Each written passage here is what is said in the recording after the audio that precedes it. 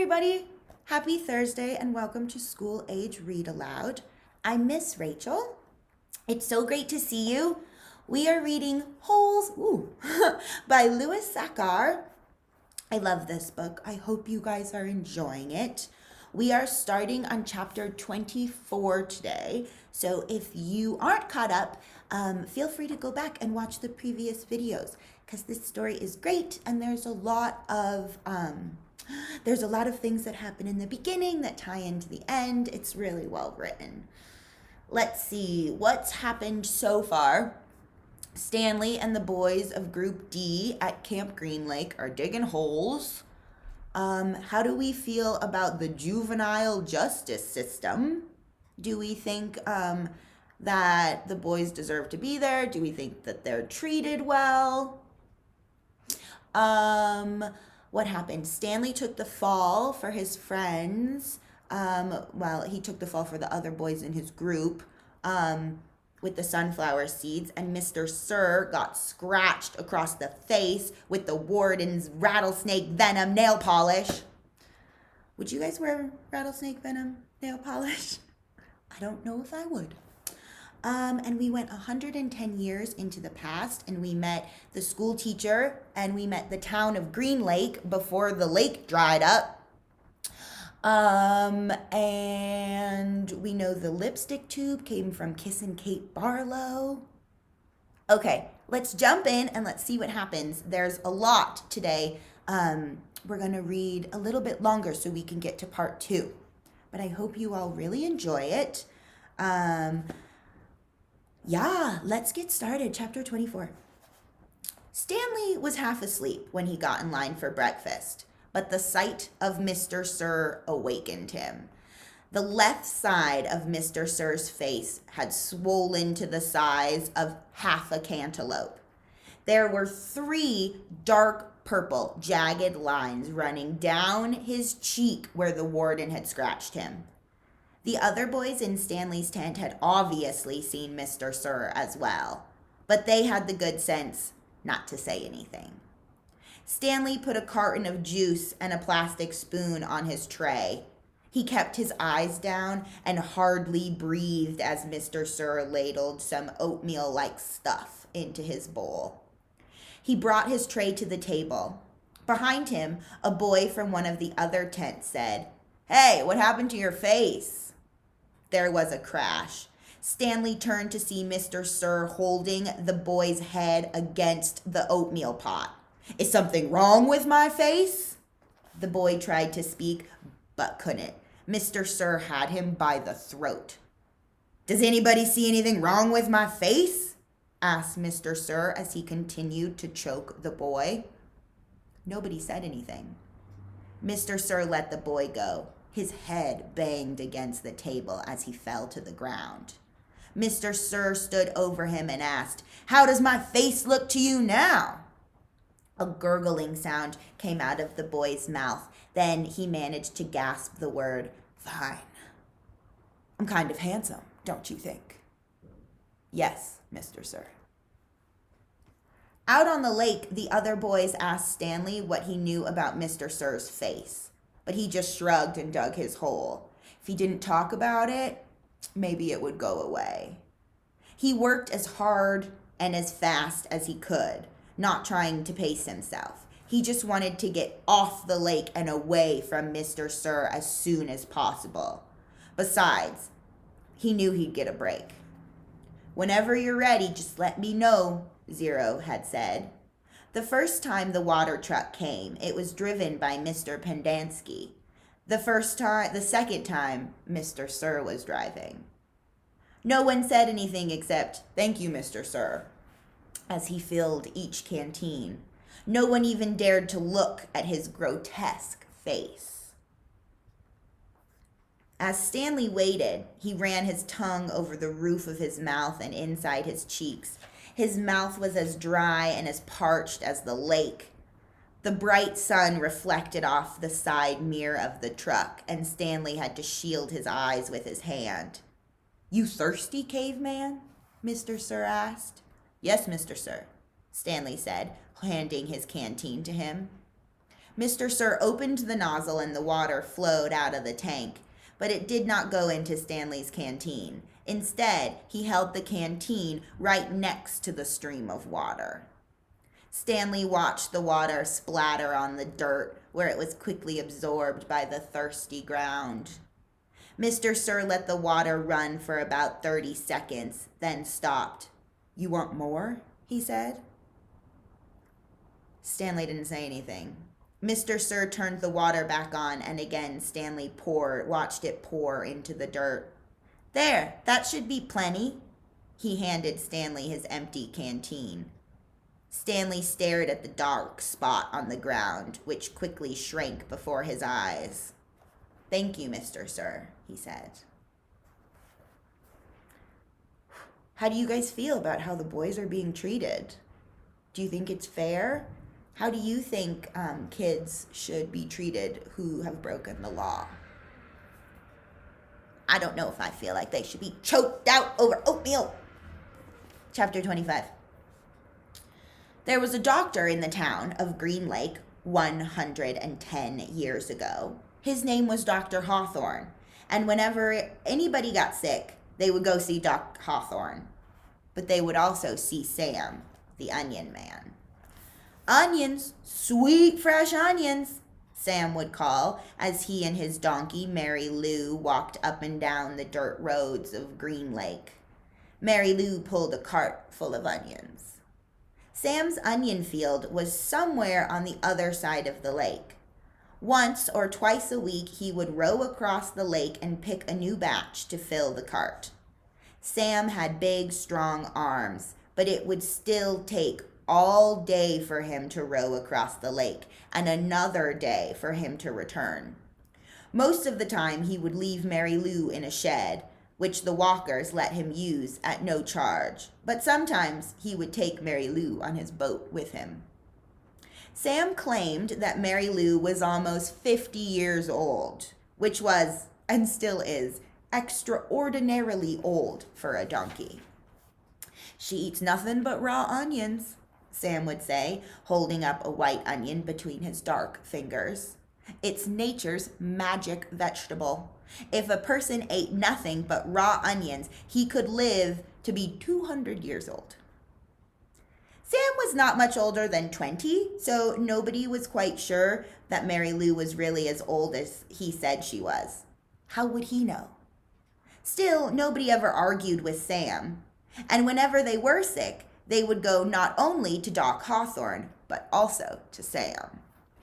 Sam always gave the exact same advice: eat plenty of onions. He said the onions were good for the digestion, the liver, the stomach, the lungs, the heart, and the brain. If you don't believe me, just look at old Mary Lou here. She's never been sick a day in her life. He also had many different ointments, lotions, syrups, and pastes, all made out of onion juice and different parts of the onion plant. This one cured asthma, that one was for warts and pimples, another was a remedy for arthritis. He even had a special ointment which he claimed would cure baldness.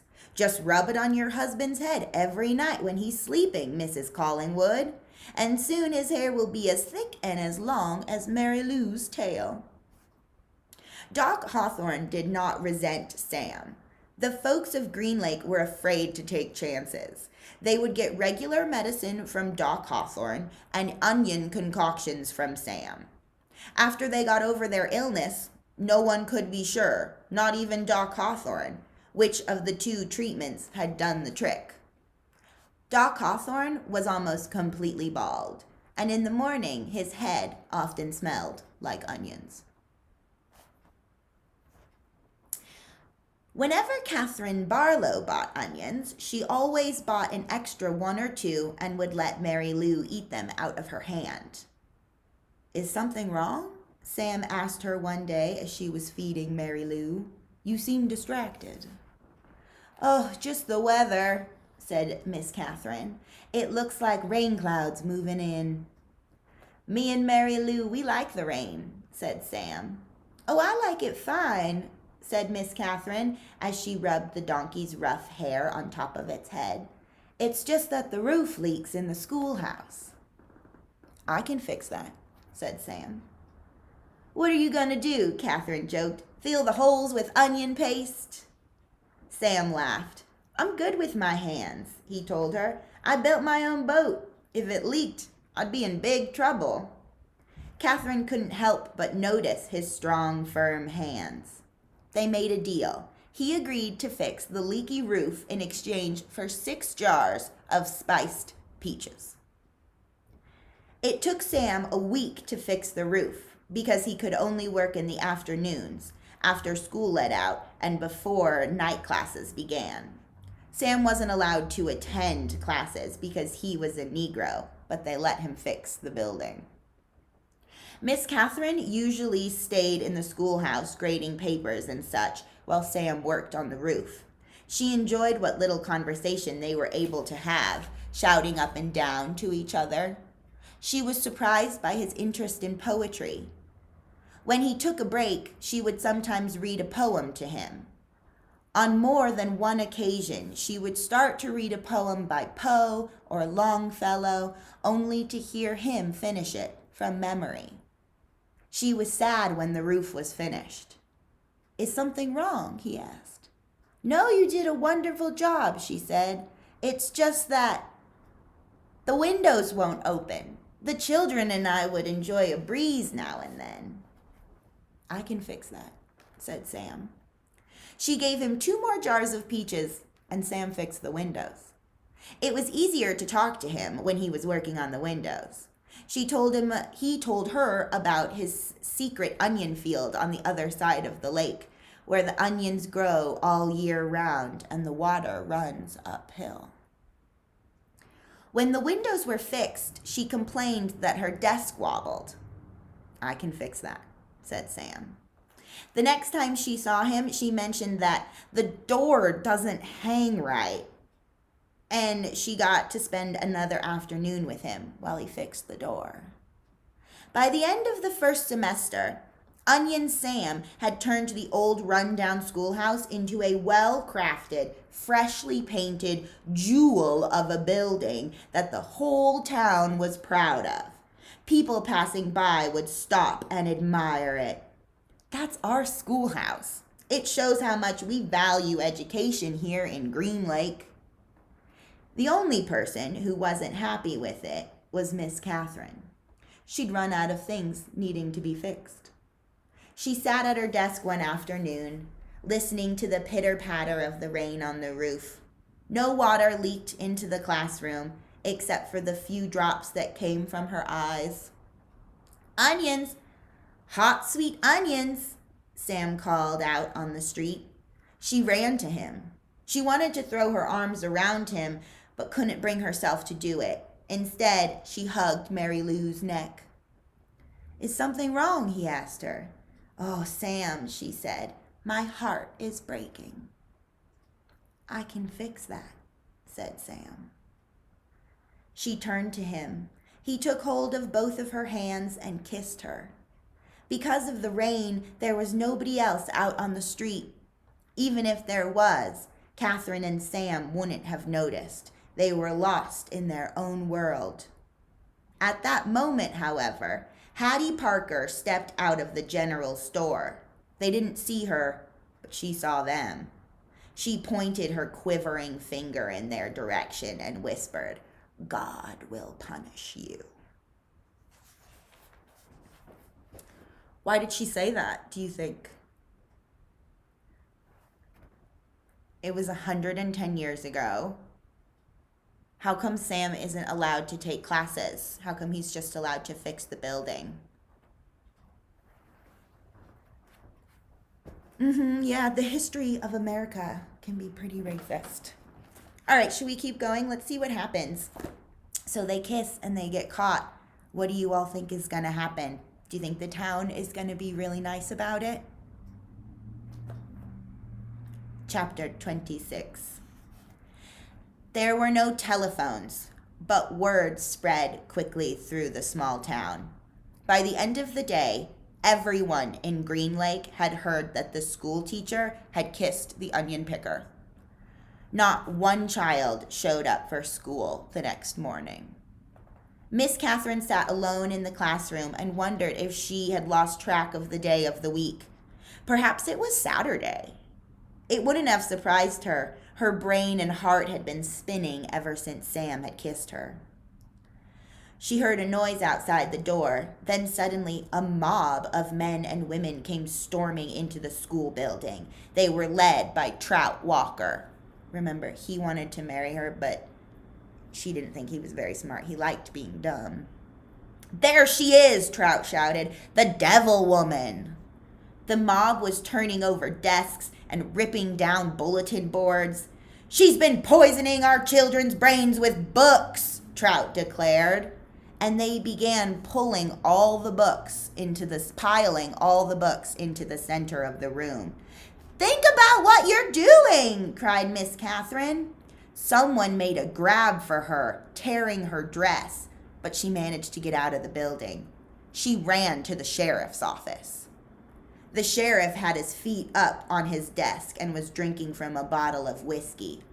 "Morning, Miss Catherine," he said. "They're destroying the schoolhouse," she said, gasping for breath. "They'll burn it to the ground if somebody doesn't stop them." "Just calm your pretty self down a second," the sheriff said in a slow drawl, "and tell me what you're talking about."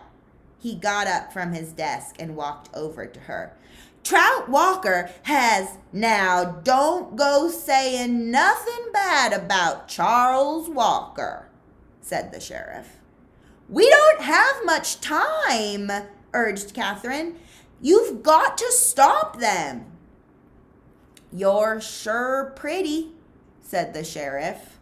Mrs. Catherine stared at him in horror. "Kiss me," said the sheriff. She slapped him across the face. He laughed. "You kissed the onion picker. Why won't you kiss me?" She tried to slap him again, but he caught her by the hand. She tried to wriggle free. "You're drunk," she yelled. "I always get drunk before a hanging." "A hanging? Who?" "It's against the law for a Negro to kiss a white woman." "Well, then you'll have to hang me too," said Catherine, "because I kissed him back." "It ain't against the law for you to kiss him," the sheriff explained. "Just for him to kiss you." "We're all equal under the eyes of God," she declared. The sheriff laughed. "Then if Sam and I are equal, why won't you kiss me?" He laughed again. "I'll make you a deal. One sweet kiss and I won't hang your boyfriend. I'll just run him out of town." Mrs. Catherine jerked her hand free. As she hurried to the door, she heard the sheriff say, "The law will punish Sam, and God will punish you." She stepped back into the street and saw smoke rising from the schoolhouse. She ran down to the lakefront where Sam was hitching Mary Lou to the onion cart. "Thank God I found you," she sighed, hugging him. "We've got to get out of here, now." "What?" "Someone must have seen us kissing yesterday," she said. "They set fire to the schoolhouse. The sheriff said he's going to hang you."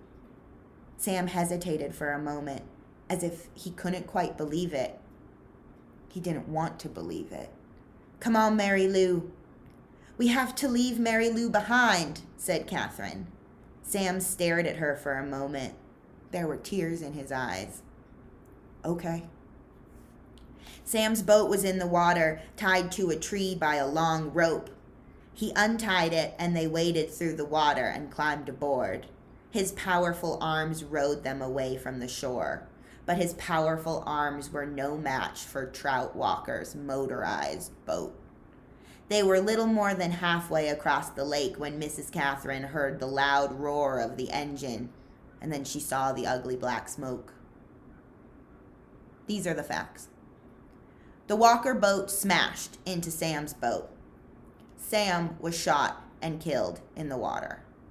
Catherine Barlow was rescued against her wishes. When they returned to the shore, she saw Mary Lou's body lying on the ground. The donkey had been shot in the head. That all happened 110 years ago. Since then, not one drop of rain has fallen on Green Lake. You make the decision. Whom did God punish? 3 days after Sam's death, Miss Catherine shot the sheriff while he was sitting in his chair drinking a cup of coffee. Then she carefully applied a fresh coat of red lipstick and gave him the kiss he had asked for. For the next 20 years, Kissin' Kate Barlow was one of the most feared outlaws in all the West. How do you all feel about that, about Sam's murder? What would you do if somebody in your town was killed just because they were different? They looked different and they were killed. What would you do if it was a friend or somebody that you loved? Chapter 27. Stanley dug his shovel into the ground. His hole was about 3.5 feet deep in the center. He grunted as he pried up some dirt, then flung it off to the side. The sun was almost directly overhead. He glanced at his canteen laying beside the hole. He knew it was half full, but he didn't take a drink just yet. He had to drink sparingly because he didn't know who would be driving the water truck the next time it came. 3 days had passed since the warden had scratched Mr. Sir. Every time Mr. Sir delivered water, he poured Stanley's straight onto the ground. Fortunately, Mr. Pendanski delivered the water more often than Mr. Sir. Mr. Pendanski was obviously aware of what Mr. Sir was doing because he always gave Stanley a little extra. He'd fill Stanley's canteen, then let Stanley take a long drink, then top it off for him. It helped, too, that Zero was digging some of Stanley's hole for him, although, as Stanley had expected, the other boys didn't like to see Stanley sitting around while they were working. They'd say things like, "Who died and made you king?" Or, "It must be nice to have your own personal slave." When he tried pointing out that he was the one who took the blame for the sunflower seeds, the other boys said it was his fault that he was the one who'd spilled them. "I risked my life for those seeds," Magnet had said, "and all I got was one lousy handful." Stanley had also tried to explain that he needed to save his energy so he could teach Zero how to read, but the other boys just mocked him. "Same old story, ain't it, Armpit?" X-Ray had said. "The white boy sits around while the black boy does all the work. Ain't that right, caveman?" "No, it's not right," Stanley replied. "No, it ain't," X-Ray agreed. "It ain't right at all." Stanley dug out another shovelful of dirt. He knew X-Ray wouldn't have been talking like that if he was the one teaching Zero to read. Then X-Ray would be talking about how important it was that he got his rest, right? So he could be the best teacher, right? And that was true. He did need to save his strength so he could be a better teacher, although Zero was a quick learner. Sometimes, in fact, Stanley hoped the warden was watching them with her secret cameras and microphones so she'd know that Zero wasn't as stupid as everyone thought. From across the lake, he could see the approaching dust cloud. He took a drink from his canteen, then waited to see who was driving the truck. The swelling on Mr. Sir's face had gone down, but it was still a little puffy. There had been 3 scratch marks down his cheek. 2 of the marks had faded, but the middle scratch must have been the deepest because it still remained. It was a jagged purple line running from below his eye to below his mouth, like the tattoo of a scar. Stanley waited in line, then handed him his canteen. Mr. Sir held it up to his ear and shook it. He smiled at the swishing sound. Stanley hoped he wouldn't dump it out. To his surprise, Mr. Sir held the canteen under the stream of water and filled it. "Wait here," he said. Still holding Stanley's canteen, Mr. Sir walked past him, then went around the side of the truck and into the cab, where he couldn't be seen. "What's he doing in there?" asked Zero. "I wish I knew," said Stanley. A short while later, Mr. Sir came out of the truck and handed Stanley his canteen. It was still full. "Thank you, Mr. Sir." Mr. Sir smiled at him. "What are you waiting for?" he said. "Drink up." He popped some sunflower seeds into his mouth, chewed, and spit out the shells. Stanley was afraid to drink it.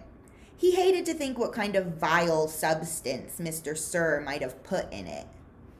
He brought the canteen back to his hole. For a long time, he left it beside his hole as he continued to dig. Then, when he was so thirsty that he could hardly stand it anymore, he unscrewed the cap, turned the canteen over, and poured it all out into the dirt. He was afraid that if he'd waited another second, he might have taken a drink. Do you guys think that Mr. Sir put something in there? I think Mr. Sir did. After Stanley taught Zero the final 6 letters of the alphabet, he taught him how to write his name. Capital Z-E-R-O. Zero wrote the letters as Stanley said them. "Zero," he said, looking at his piece of paper. His smile was too big for his face. Stanley watched him write it over and over again. 0, 0, 0, 0, 0, 0, 0. In a way, it made him sad. He couldn't help but think that 100 times 0 was still nothing. "You know, that's not my real name," Zero said as they headed to the rec room for dinner. "Well, yeah," Stanley said. "I guess I knew that." He had never really been sure. "Everyone's always called me Zero, even before I came here." "Oh, okay." "My real name is Hector." "Hector," Stanley repeated. "Hector Zeroni." Zeroni. Do you guys remember who Madame Zeroni is? The woman who cursed Stanley's no-good pig-stealing great-great-grandfather? Chapter 28. After 20 years, Kate Barlow returned to Green Lake. It was a place where nobody would ever find her, a ghost town on a ghost lake. The peach trees had all dried, but there were a couple of small oak trees still growing by an old abandoned cabin. The cabin used to be on the eastern shore of the lake. Now the edge of the lake was over 5 miles away. It was little more than a small pond full of dirty water. She lived in the cabin. Sometimes she could hear Sam's voice echoing across the emptiness. "Onions, sweet, fresh onions." She knew she was crazy. She knew she'd been crazy for the last 20 years. "Oh, Sam," she would say, speaking to the vast emptiness. "I know it is hot, but I feel so very cold. My hands are cold, my feet are cold, my face is cold, my heart is cold."